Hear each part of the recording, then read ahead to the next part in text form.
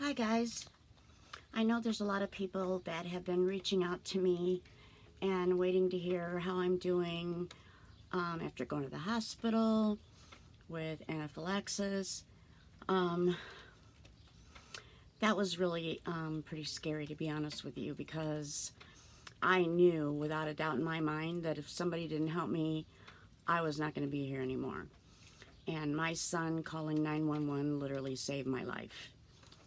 And a lot of the reason why I put that out there is, one thing, I had no idea those hornets' nests were there, first of all, or that nest. I was doing what I do pretty much every day. As you can see, I'm in my greenhouse again. So I literally just went out there to get some sticks to prop up my acorn squash, and walked right into a yellow jacket's nest. Once I came home, it was trying to go to my lungs, so my primary care has me on a histamine blocker, and I literally had no idea how I personally, what recovery looked like after that as far as. But I am getting there, so I wanted to let you guys know. And then there's my advocacy. I was going to try to make a video. I am currently working with, Dr. Sasaki.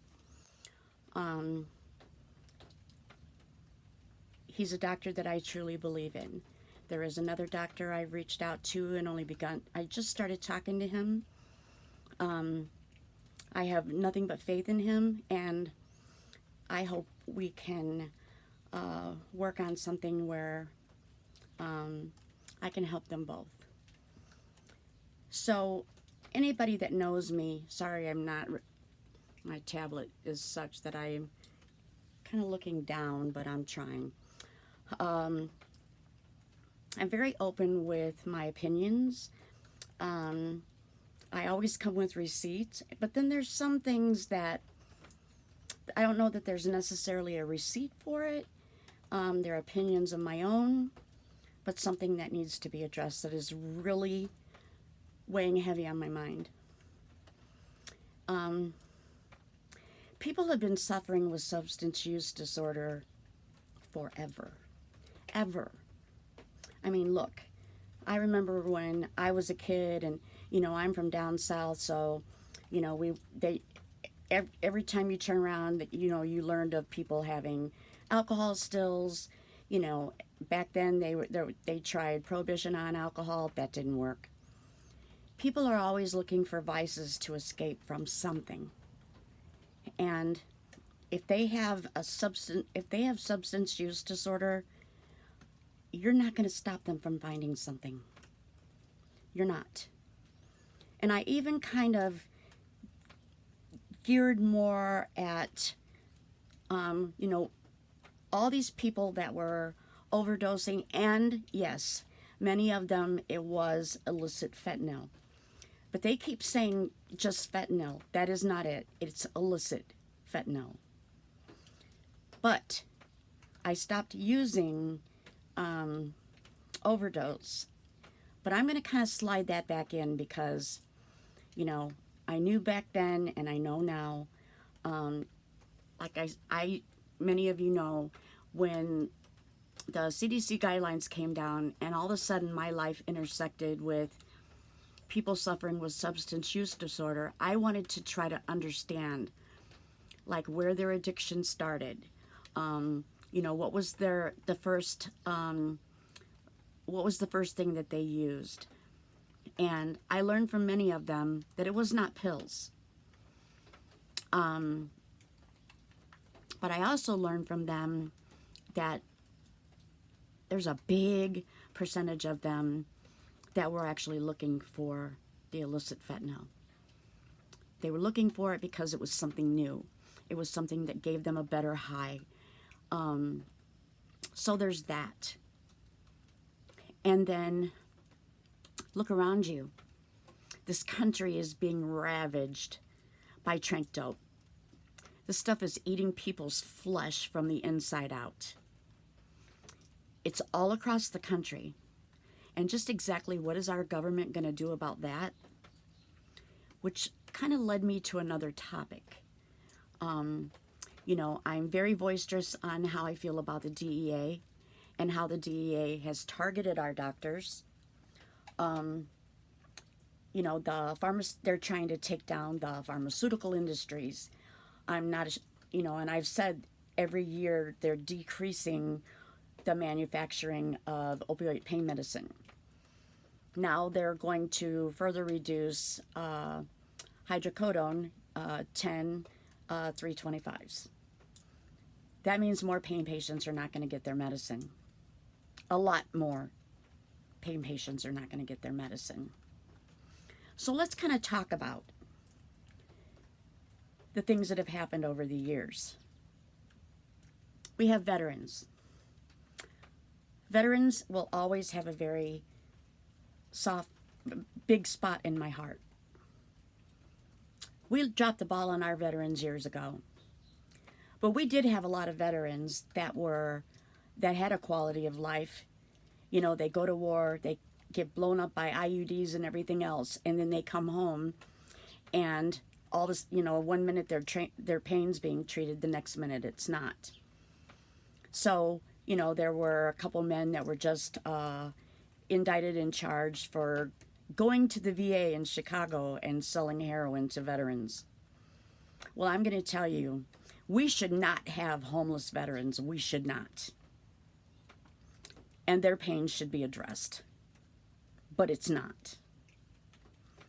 And then we have people suffering with substance use disorder that prostitute to support their habit. And then we have police officers sleeping with the prostitutes before they're arrested. Well, that's double dipping. We have DEA officers that are catered to by the cartels that go over party with women.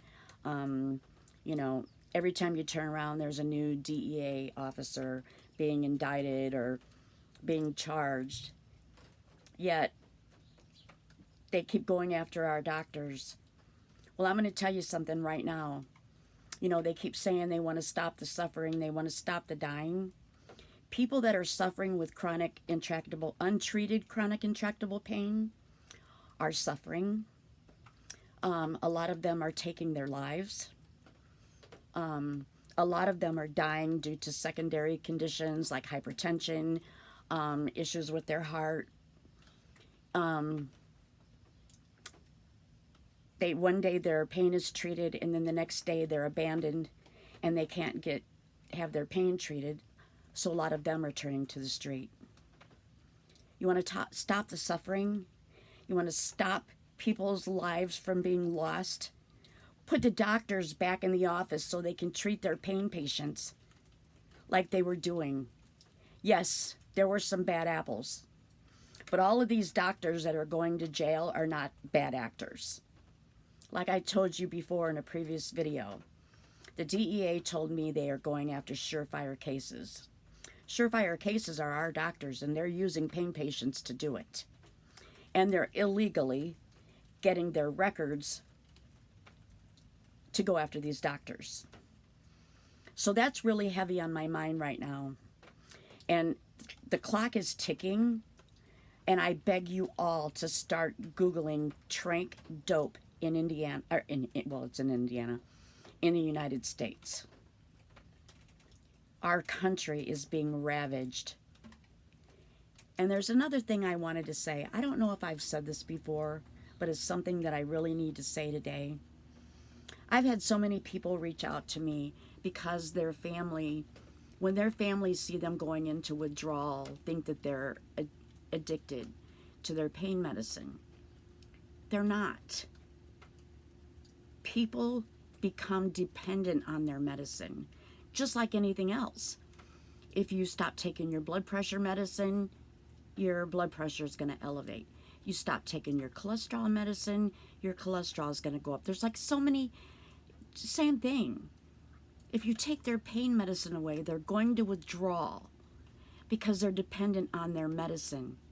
That doesn't mean that they're suffering with substance use disorder. So I hope more people will look at their families and their pain patient, a pain patient in their family, as somebody who's really suffering. But I'm going to be talking a lot more about the harms of the DEA. So this is my opinion. I don't have, I've not seen it anywhere else, but I'm kind of looking.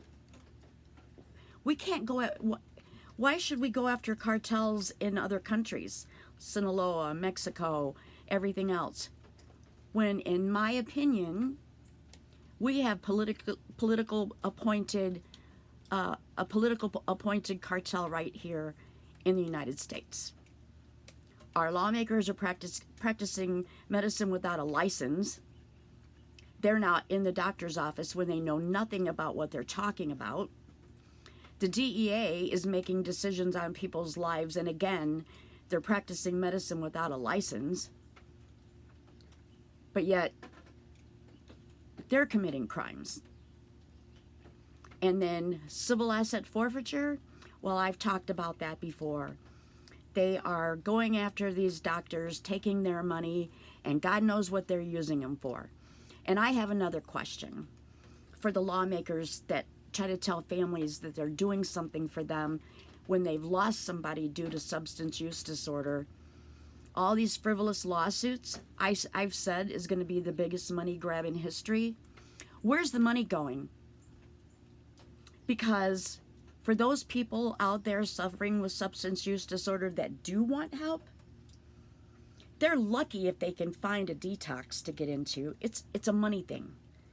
And if they get into a detox, I told you it was over 3 hours for me to drive down to southern Indiana and take somebody down there and get them in detox.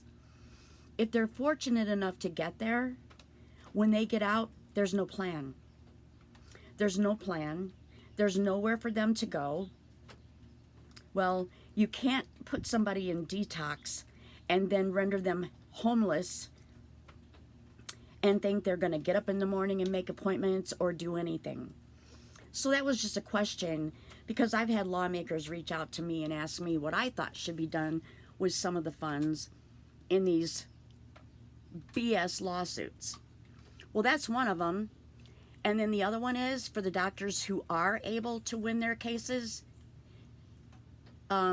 use some of the money to help them get their assets back. Help them get their licenses back. Protect them from our government. Protect them from the DEA. These doctors need to be put back in their offices right now. This is not a joke. People are going to continue to suffer. People that are in pain, this type of pain, will do anything to stop the pain. And most of them, it's 50-50. They either turn to the street or they decide they just can't be here anymore. Well, that's a new suffering on families at the hands of our government and at the hands of law enforcement. So I think we need to put the attention there. I'm asking people to start Googling trank dope and see what it's doing to this country, and then you tell me if going after the pharmaceutical industries, they're going to bankrupt them. They're going to bankrupt them. People with cancer will not have their pain treated. People with CRPS like myself will not have their pain treated. Fibromyalgia, failed back surgeries. Like, I could go down the list. It's not fair to stop people from treatment. So I decided, I know it's late in the afternoon, I know people are waiting for this video. I know some people say they just want to see me so they know I'm okay. I'm getting there. Of course, I'm still advocating for myself and my own pain management. It's like a never-ending battle. But I'm going to get behind these doctors. And I'm going to do everything I can to help them and put them back where they belong. I hope you all join me. For now, I'm going to go ahead and end this video so I can get it uploaded. I love you guys. I love the pain community. I love our veterans. And I love our doctors. And I'm going to do everything I can in this fight to try to figure out how we fix this. But we're running out of time. We are running out of time. People need their doctors. And you know what? Doctors need their patients. They went to school for this. They donated their lives for this. Hours and years training for this. Again, there were some bad actors. But I'm going to tell you right now, and I know you guys haven't heard me say it for a long time, so I'm going to say it again.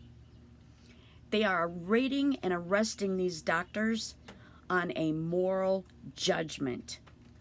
There is nothing in the law books when all this started that even addressed overprescribing. So they were arresting doctors and taking their lives away on a moral judgment, what they thought was wrong.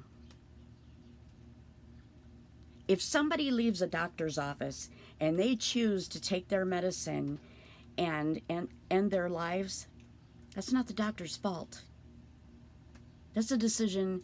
Once we pick up our meds, what we do with it is our decision. And the most of us use it wisely. So, these doctors, it's getting bad. Every single day, every couple days, every week, I'm hearing of a new doctor that's now being charged. I never thought in my life that I would see anything like this. But again, this is serious stuff going on here, guys. I mean, if you saw the cases, and believe it or not, there are a lot of people out there that buy one thing, the blues, and thinking that they're getting fentanyl, illicit fentanyl, but in all reality, and there might be some illicit fentanyl in there, but it's also got trank dope in there. And if you don't know what that is, that's a horse tranquilizer. People are dying all over the country. So please, do some Google search. Another thing real quick that I want to throw in there when I say politically appointed cartel, they're choosing. They're pushing Suboxone out there on the streets, but people are abusing Suboxone. They're abusing it. Their teeth are rotting out of their faces. There's lawsuits. So let's put the blame where it belongs. And let's start saving some lives. And when I say saving some lives, I'm talking about people who really do suffer from pain, but I'm also talking about doctors who are doing exactly what they went to school for. I've talked to so many doctors who literally tear because all they want to do is take care of their patients. Dr. Leslie Pompey, I would talk to that man on the phone and he would literally go into tears because he wanted to help people somehow, even if it was be an EMT or something. I'm calling on all of you, please get behind me. Let's do this. We have to make them accountable. If we don't,